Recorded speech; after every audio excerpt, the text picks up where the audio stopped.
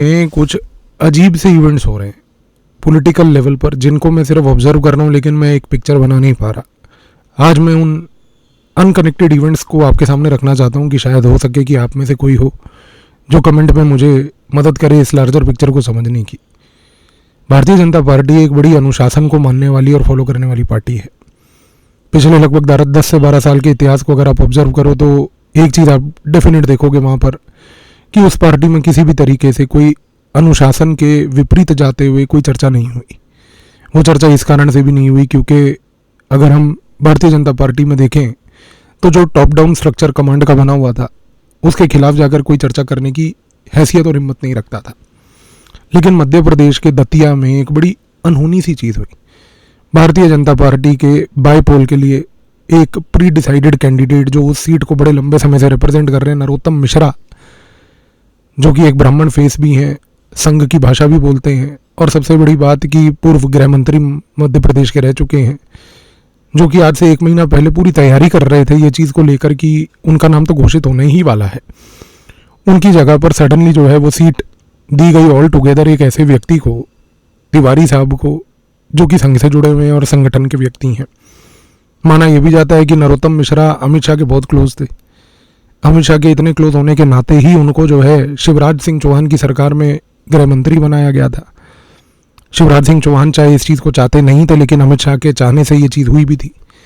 लेकिन सडनली अमित शाह के चहीते कैंडिडेट को यहाँ पर अंडरकट कर दिया गया, एक संघ के जुड़े हुए व्यक्ति को यहाँ पर लगा दिया गया।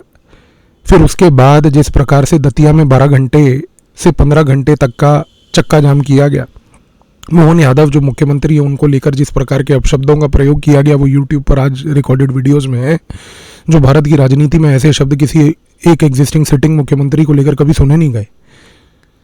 साथ ही में वहाँ पर मोदी शाह के खिलाफ नारे लगे नरोत्तम मिश्रा के सपोर्टर्स और फॉलोअर्स के तहत, जो आज तक एक अनुशासित पार्टी में कभी सुनने को नहीं मिले, लेकिन ये पहली बार देखने को लगा। आपको लग रहा होगा दतिया जैसे मध्य प्रदेश में एक छोटी सी घटना को लेकर हम इतना सेंसेशनलाइज क्यों कर रहे हैं? क्योंकि आप चीज़ों के पीछे की पिक्चर नहीं देख रहे। चीज़ों के पीछे की पिक्चर ये है कि ये एक आइसोलेटेड इंसिडेंट नहीं है, एक ऐसा इंसिडेंट है जो कि एक बहुत डीप क्राइसिस को जता रहा है, जिसको कवर अप करोगे तो शायद आप चीज़ों को कनेक्ट नहीं कर पाओगे। यहाँ पर सबसे बड़ी बात यह है कि यह माना जाता है कि शिवराज सिंह चौहान के चहीते कैंडिडेट जिसको टिकट दी गई, उससे ये बात स्पष्ट होती है कि शिवराज सिंह चौहान ने अपना पल्ला भारी कर लिया। और यह भी माना जाता है कि दतिया की सीट में शिवराज सिंह चौहान के स्पॉन्सर्ड तिवारी जिसको सीट मिली, वो व्यक्ति मोहन यादव के साथ भी अलाइंड है। और ये भी तब जब अलाइंड है जबकि मोहन यादव और शिवराज सिंह चौहान के बीच में 36 का आंकड़ा है। तो ये ऐसा कैसा अलाइनमेंट कि जिसके इसमें नरोत्तम मिश्रा को अंडरकट किया जाए। नरोत्तम मिश्रा की चाहे शिवराज सिंह चौहान से नहीं बनती थी, लेकिन नरोत्तम मिश्रा का ऐसा तो कहीं पर भी 36 का आंकड़ा मोहन यादव से देखने को तो नहीं मिला। फिर ये चीज़ चल क्या रही है? अच्छा, अगर हम दतिया को 1 मिनट के लिए छोड़ के मध्य प्रदेश से बिहार जाएं, नितिन नबीन जो भारतीय जनता पार्टी का भी बेसिकली चीफ बना है, उसने अपना एक सक्सेसर कैंडिडेट जो है अपनी ही सीट पर दिया। ओवरनाइट उस कैंडिडेट को रिप्लेस कर दिया गया। इससे एक मैसेज ये देने की कोशिश करी कि भारतीय जनता पार्टी का जो राष्ट्रीय अध्यक्ष है वो अपना सक्सेसर अपनी सीट पर नहीं चुन पा रहा, उसके द्वारा चुना हुआ कैंडिडेट को रिप्लेस करके एक नए कैंडिडेट को वहाँ खड़ा करना, उस नए कैंडिडेट को खड़ा करने के बाद बिहार की बीजेपी के अंदर एक कंप्लीट रिवोल्ट हो जाना उस कैंडिडेट को लेकर। और सबसे बड़ी बात, चाहे बिहार बीजेपी में एक रिवोल्ट होना हो अलग बात है, लेकिन नितिन नबीन के साथ जो कैंडिडेट उन्होंने खुद ने स्पॉन्सर किया, उस कैंडिडेट को ओवरनाइट चेंज किया। इसका मतलब ये है कि बीजेपी की जो टॉप लीडरशिप है वो नितिन नबीन के ही लीडरशिप में कॉन्फिडेंस नहीं रखती। अगर उनके लीडरशिप में कॉन्फिडेंस नहीं रखती तो फिर उनको पार्टी का अध्यक्ष बना के बाकी जगहों पर कैसे कॉन्फिडेंस रखा जाए? अगर एक मोमेंट पर बिहार को भी छोड़ दें तो तीसरी जगह पर हम महाराष्ट्र में जाएं, वहाँ तो गजब ही खेल चल रहा है। वहाँ पर देवेंद्र फडणवीस संघ की पसंद है, उनको अंडरकट करने के लिए और रिमूव करने के लिए पूरी कोशिश पहले दिन से की जा रही है। महाराष्ट्र में चुनाव जीतने के बाद भारतीय जनता पार्टी की टॉप लीडरशिप जो दिल्ली में है वो तो चाहती ही नहीं थी कि देवेंद्र फडणवीस बने। संघ ने बोला देवेंद्र फडणवीस बनेंगे। अब देवेंद्र फडणवीस बन तो गए, लेकिन देवेंद्र फडणवीस को अब अगर काउंटर करना है तो वो कैसे करें? अभी दिल्ली से एक ऑपरेशन चलाया गया, उद्धव ठाकरे वर्ग के कुछ नेताओं को तोड़कर उनको जो है एकनाथ शिंदे की शिवसेना में भर्ती कर लिया गया। एक नाथ शिंदे की शिवसेना में भर्ती करने से एक नाथ शिंदे का फैक्शन महाराष्ट्र में एकदम से स्ट्रांग हो गया। दिल्ली के कुछ चुनिंदा लीडर एक नाथ शिंदे को मजबूत करना चाह रहे हैं। संघ इस मोमेंट पर जो देवेंद्र फडणवीस के साथ था, देवेंद्र फडणवीस को कहीं ना कहीं वीकन करने की कोशिश हो रही है। देवेंद्र फडणवीस अपने आप को स्ट्रांग करने के चक्कर में शरद पवार से बात कर रहे हैं। शरद पवार का ग्रुप जो है वो दो लोगों से बात कर रहा है। एक जगह पर देवेंद्र फडणवीस से बात कर रहा है, एक जगह पर जो है वो सोनिया गांधी और कांग्रेस से बात कर रहा है। देवेंद्र फडणवीस ऑफिशियल लेवल पर कहते हैं कि नहीं, हमारी यहाँ पर जो है शरद पवार से लेकर कोई बातचीत नहीं चल रही। अंदर ही अंदर बातचीत भी चल रही है। अच्छा, अंदर ही अंदर जो बातचीत चल भी रही है शरद पवार वर्सेस बीजेपी के बीच में, उसको विनोद तावड़े संभाल रहे हैं। विनोद तावड़े जो हैं, उनका अगर देखा जाए ध्यान से उनके परिचय और प्रोफाइल को, उनका देवेंद्र फडणवीस से 36 का आंकड़ा है। 2024 के लोकसभा चुनाव से पहले देवेंद्र फडणवीस विनोद तावड़े के बीच में अनबन जो है वो वहाँ पर ऑलरेडी देखी गई थी। कुछ कैश वाला मामला हुआ था, मैं उस मामले में नहीं जाऊँगा, वो ऐतिहासिक तौर पर 2024 से पहले डॉक्यूमेंटेड है, आप जाके देखिए उसके बारे में। वहाँ पर देवेंद्र फडणवीस वर्सेस तावड़े का गेम चला था।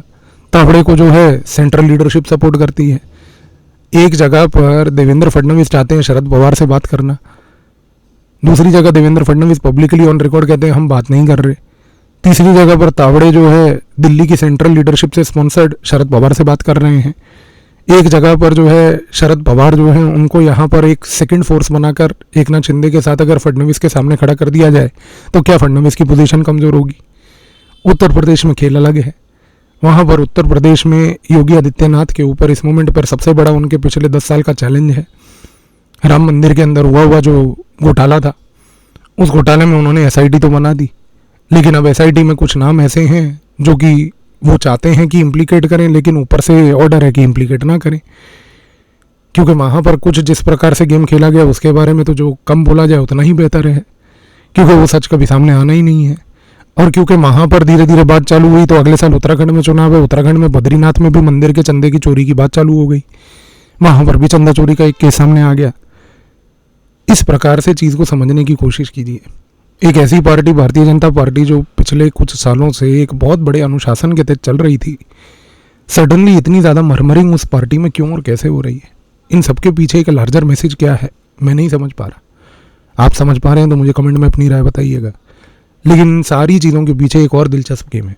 जब यहाँ पर देश में इतना फ्लक्स चल रहा है पॉलिटिकल लेवल पर, उसी दौरान हमारी विपक्ष पार्टी सबसे बड़ी कांग्रेस, उसके नेता प्रतिपक्ष सबसे बड़े prime minister in waiting perpetually for last 15 years, वो वेकेशन मनाने गए हुए हैं। देश में मसले हैं, मसलों के ऊपर चर्चा करनी है, सड़कों पे उतर के राजनीति करनी है, वो बैठे हैं कहीं छुट्टी मना रहे हैं। मानसून का समय है, हम जो है आराम से उठेंगे, आराम से अपनी वेकेशन मनाएंगे। यहाँ पर उनके ब्लैंड इवेंट्स जो थे वो कैंसिल हो गए। सीरियस राजनीति करना है ही नहीं। इस प्रकार से आप सोच के देखिए कि पॉलिटिकल केवस जो इस मोमेंट पे चल रहा है, वो चाहे भारतीय जनता पार्टी में हो या वो चाहे कांग्रेस में हो, लेकर आफ्टर ऑल देश को कहाँ और किस डायरेक्शन में जाएगा।